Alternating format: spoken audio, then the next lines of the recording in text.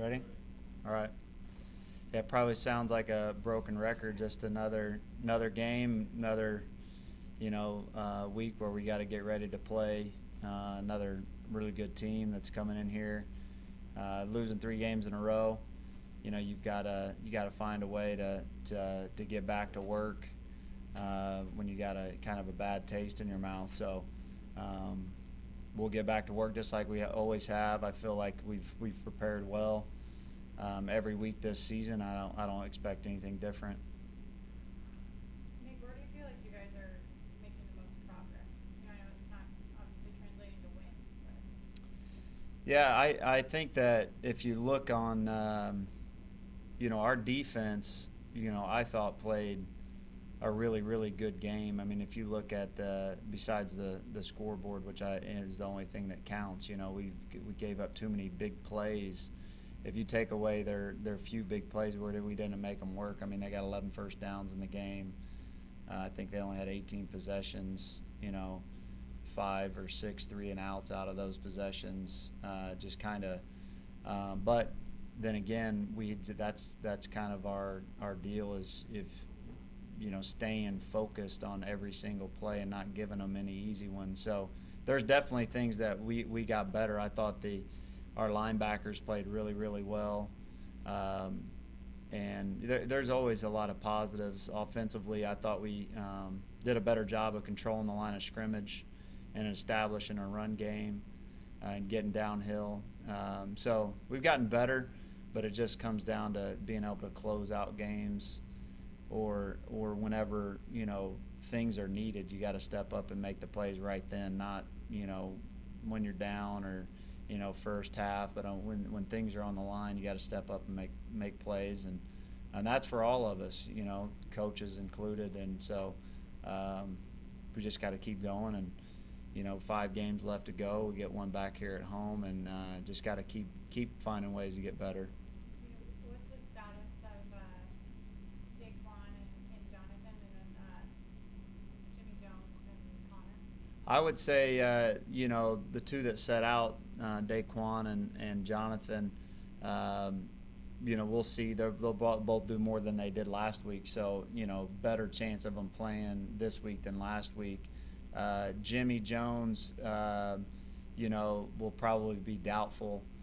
Just we just got to see. I mean, he's down in the training room, kind of see. He's been in a walking boot, so. And then Connor is probably ahead of Jimmy, but so it'll just kind of be how they respond, here in the next few days. So hope to get especially a couple of running backs back, and then we'll see about the two that got hurt in the game, how they kind of respond this week. What did Leland do? He hurt his foot on that last play of the first half, where he got drugged down right there at the half-yard line because he got kind of pulled back, and so he didn't play the entire second half. Nick, your defense got a couple stops late in the game. The fourth, they had like 3 or 4 punts in a row, but your offense just wasn't able to I guess, do much with it. Was Mm-hmm. there anything you looked at there that they could have done better, or? Yeah, it's just it was one of those. They were playing. We were getting stops, but they were at midfield, and they kept pinning us, deep, and we just weren't able to get anything going right there. That's what I talked about. I mean, when something, when a drive needs to be made, we weren't able to do it. So you can look to a lot of things. I just trying to think back of those. I think it was about 3 series in a row until the last drive, with about 3.5 minutes where we were able to go down and score. Where we had to punt the ball. Just trying to think back. It's just executing. The plays that are called. A couple of them took some shots down the field. Weren't able to really be productive on first down, which hurts you. Especially when you're backed up and it's 2nd and 10. I don't think that we were good on first down until we got that last drive going. What challenges will some of Indiana State's wideouts like Condon Jr. and Miles Thompson present for you guys' secondary? They're good players. I think that I have a ton of respect for their coaching staff. I think they do a great job, every week. Everybody in the league sees each other play so much on film. Just even going back the last 2 years, as an offensive coordinator, watching Coach Sanford and those guys put together a plan each week to get their players the ball, and some of the stuff that we do is similar, offensively. So they'll create matchup problems, and they'll do a good job as a coaching staff, looking at our tape of what we do defensively, and they always do a good job of putting their guys in position to make plays. We've got to make plays. At some point in a game, you're going to get caught out there. Every team does it. I mean, that's why if you throw the ball down the field, you're going to have to play at some point man-to-man defense and trust your technique and play well. So good offensive team that's coming here to play. So it's going to be a challenge not only for our secondary but for everybody. After these two state losses here, I mean, where is the mindset of this team? I mean, how hungry are they to get this, I guess, ship kind of righted, so to speak? Yeah, everybody. There's got to be a sense of urgency. Nobody's around here to be 2-4. It's not the expectations, and so there's definitely no more victories or hey, we're playing them close. People are tired of hearing about that, and we've got to go out there and get results, and that's going to be the expectation from me all the way down. So we have to practice that way. Learning to win is a process. We've talked about that. I stood up here in fall camp about a team that we got to learn how to win, expect to win, in tight games. And when you're a team that's lost a lot of close games, I think in the TV show on Sunday, talking about, lost 9 games by 1 possession. That's where you've got to find a lot of small things to turn those things around, and that's what we got to do, and we got a coaching staff that's we're going to keep going until we figure out what that is out. Nobody's going to come in here and be patting each other on the back because we're playing teams close. We got to figure out a way to win these close games, and I think whenever we do that, then they start to pile on each other. You get some confidence, and that mindset starts to change, and that's what you got to do whenever you're trying to turn a program and get to winning. So that's on everybody, including me, and we know the urgency to do that. And so I think that I would say there's a sense of urgency around here to go out there and play our best ball. Talk a little bit about your freshman Chen's effort this last weekend. He's just a true freshman, right? Yeah, I think he played great. I think he's a special player that's going to be really good, and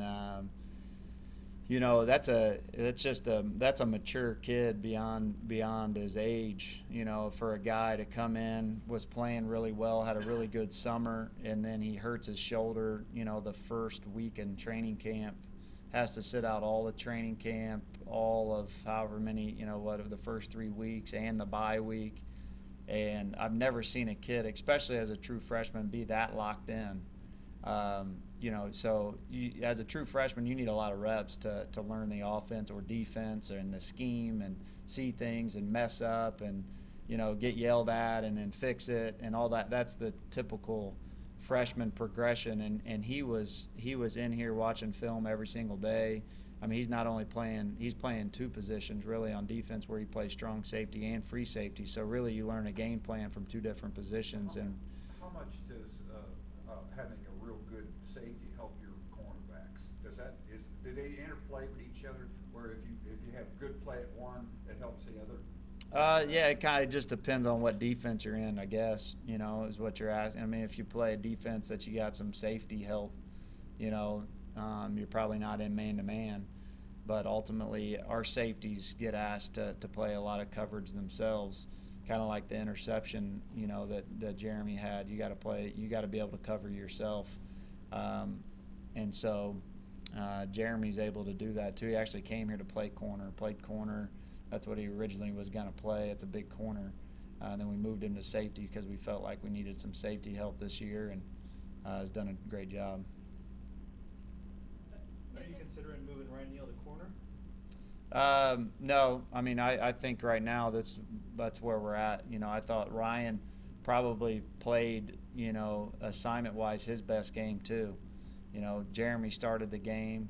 I think that it's good that, a rotation, you get out there for that many snaps, being able to rotate guys is important. And so we feel good about a few of those guys playing at safety. We need to lock in on our positions. It's just switching them is not what we need to do right now as far as, being assignment sharp, is being in one room, hearing one voice and locking in on one game plan. So I feel good with Ryan being at safety.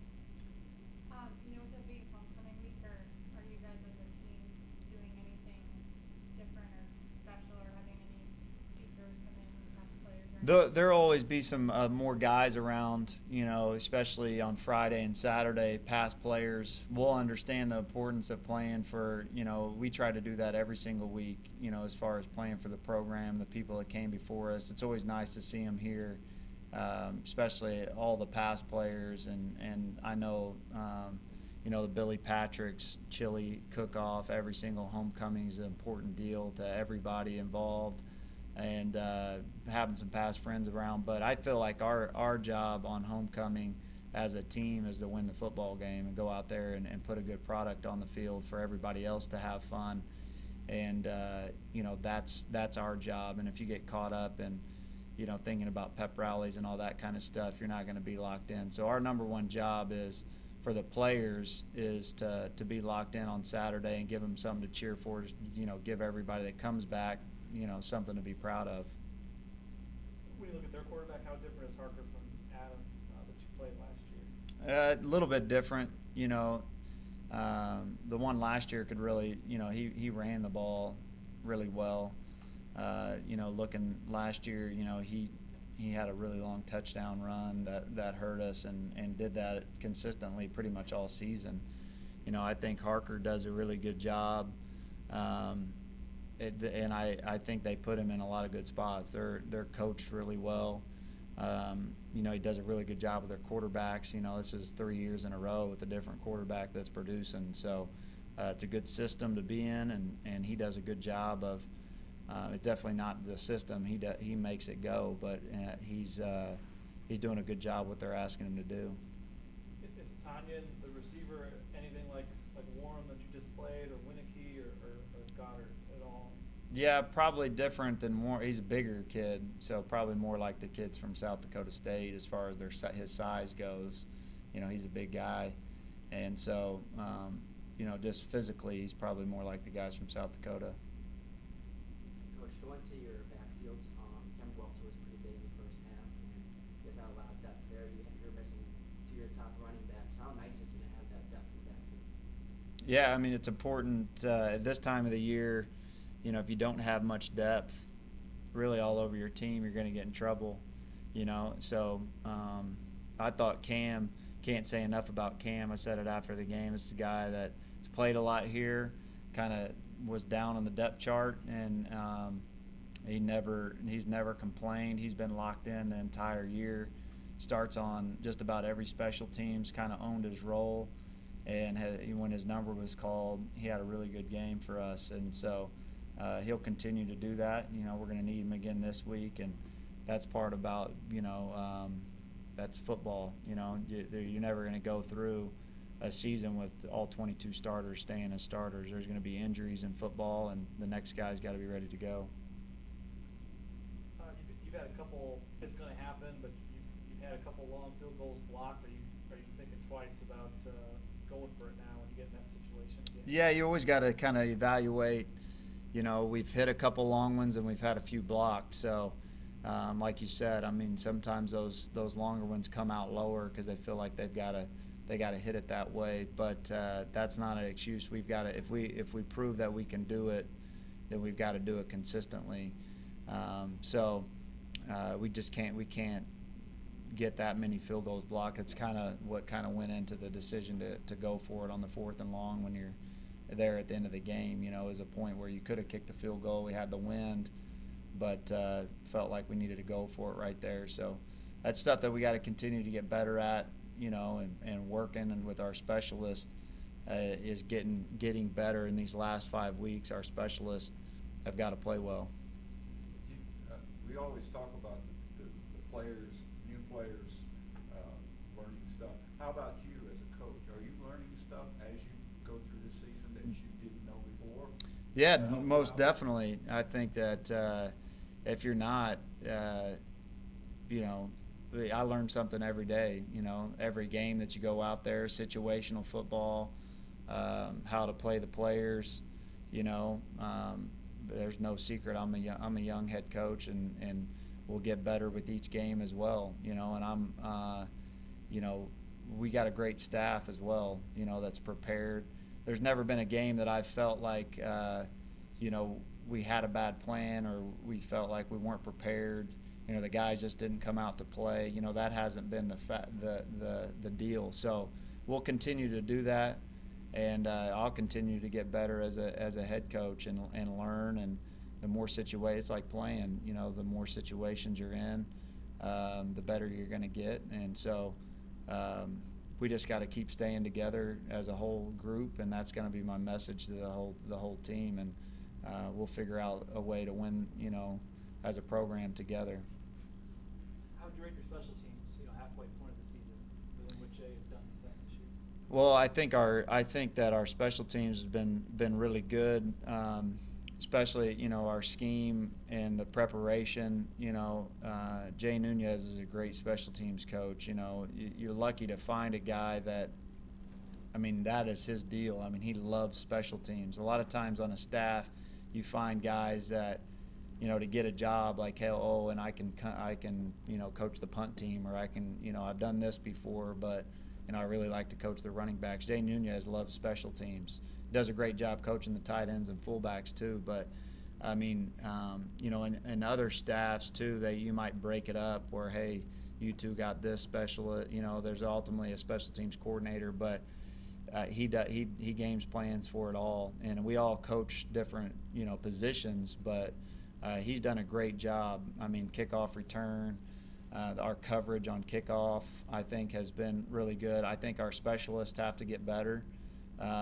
you know, which doesn't have anything to do with scheme. I think we've been good at times, but we've got to get better, just like a lot of different places on our team. And we've been good enough to win, you know, at the specialist, and haven't lost a game, you know, other than the kick at Northern Iowa. But we've still got to get better, because that can help you win games too if you're really good at them. And we've got a lot of specialists in this league that's really good. And you know, Lane's doing a good job. He's a freshman, but he knows that he can be, you know, better too, and that comes with work. That comes with game experience. I think Soteropoulos has done a good job. You know, I think he's still perfect on field goals, and you know, he missed the 2 extra points against Murray, and just came back nicely against them. And I don't know how many in a row he's hit since then. So overall, you know, doing a good job, but it's got to be better. What you were mentioning earlier about when you have those extended 50-yard field goals and stuff, that at the end of the game, you rather go for it right there because of the problem with block field goals. But say you didn't have that problem, but as a coach in you, would you rather go for the win right there, or would you rather tie it up? I mean, we'll definitely kick long field goals again. It was just the situation in the game. I mean, if it was we were down by 3 points, or if we were down, whatever the situation, we're going to kick long field goals. It was just the time, the distance in the game that we chose to go for it right there. So, I mean, Austin Johnson is as talented as anybody, you know, in the conference as far as his leg strength. He's got to be consistent all the time, but there's no doubt that you could put him out there and he'll hit one. I think I saw where he's got the record now for the most 50-yard field goals in program history. So he can hit them, and we'll put him out there to do it again without blinking an eye. Just in the situation in the game where we were at and we were down, we needed to go score some points. We needed to go score a touchdown.